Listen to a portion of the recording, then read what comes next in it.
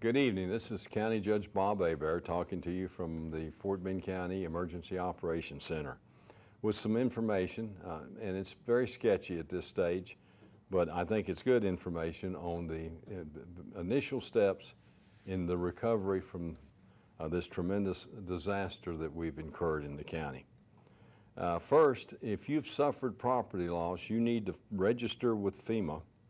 You can do that online at www.disasterassistance.gov. Disaster assistance is one word, no spaces.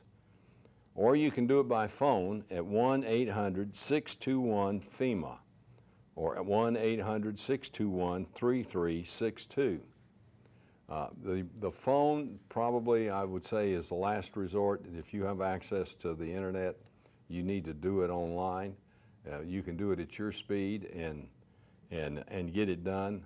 The phones that FEMA has set up, they have a very large phone bank, but there are literally hundreds of thousands of people trying to access right now out of this event. Maybe millions of people trying to access. So the phone can have significant delays. The website allows you to get on there and get the work done. Now, that said, I want to talk about what we do locally. Well, first of all, we will advise you locally by pushing out updates just like this throughout the initial stages of recovery until FEMA is fully established and is servicing all who have filed for assistance. Once they get to that point, all the various offices will be set up, all the various investigations and appraisals will be done, and it's just a matter of finishing out gaining your benefits. We will slowly wind down and start preparing for the next emergency. But what we do right up front is we do the debris removal in Fort Bend County. This comes at no cost to you. We will, if your property is on a county road or it's on a private road which has an agreement with Fort Bend County, we will remove the debris. If you had water in your house, you have to tear the sheetrock out and the carpet out. You can pull it out and place it by the curb, and there's an order of sorting because we have to separate the materials. If there's a hazardous material, if there's plastic, if there's carpet, etc.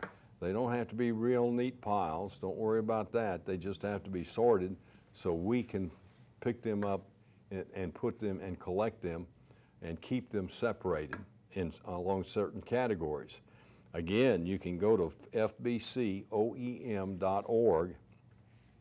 and type in debris in the search box and hit enter, and you'll go right to the debris page. There will be a document there that will show you how to sort, and it's a very simple sort.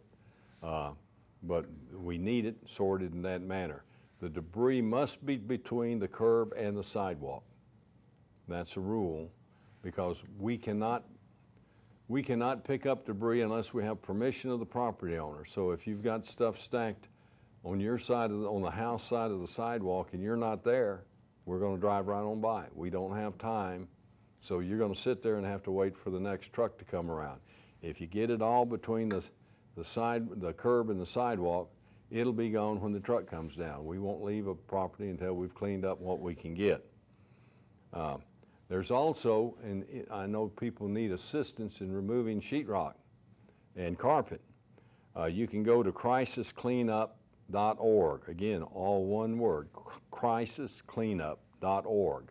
And you can register your name and your address and your contact information.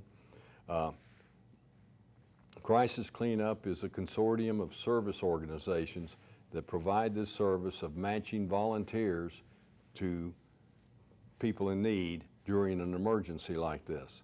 They come out. You tell them what you need, you put it there, they will find a match amongst contractors and individuals who have volunteered to serve, and then they'll get them together with you to schedule the time to show up and do the work. So take advantage of it. It's not only skilled labor, it's free labor, and that's nothing to be sneezed at during time of an emergency. Again, that's crisiscleanup.org. And with that, if you have any information about what's happening, we can't really tell you what FEMA will do. They are a federal agency, and they move at the speed of FEMA. But they know how to do this, and they're slow in the early days, but they will pick up speed. But we do have, if you have a question about local services that you need, or a problem and you're in search of some answer or some recommendation for an action on your part, you can call us at our Emergency Operations Center at 281-342-6185. We may not be able to try and answer your question, but as I've said many times before, there are no silly questions during a disaster. Ask it. We may have an answer, and if we do, we'll certainly give it to you. If we don't, we'll try and tell you where you can go to get it. That's what we're here to do. God bless you, and good night.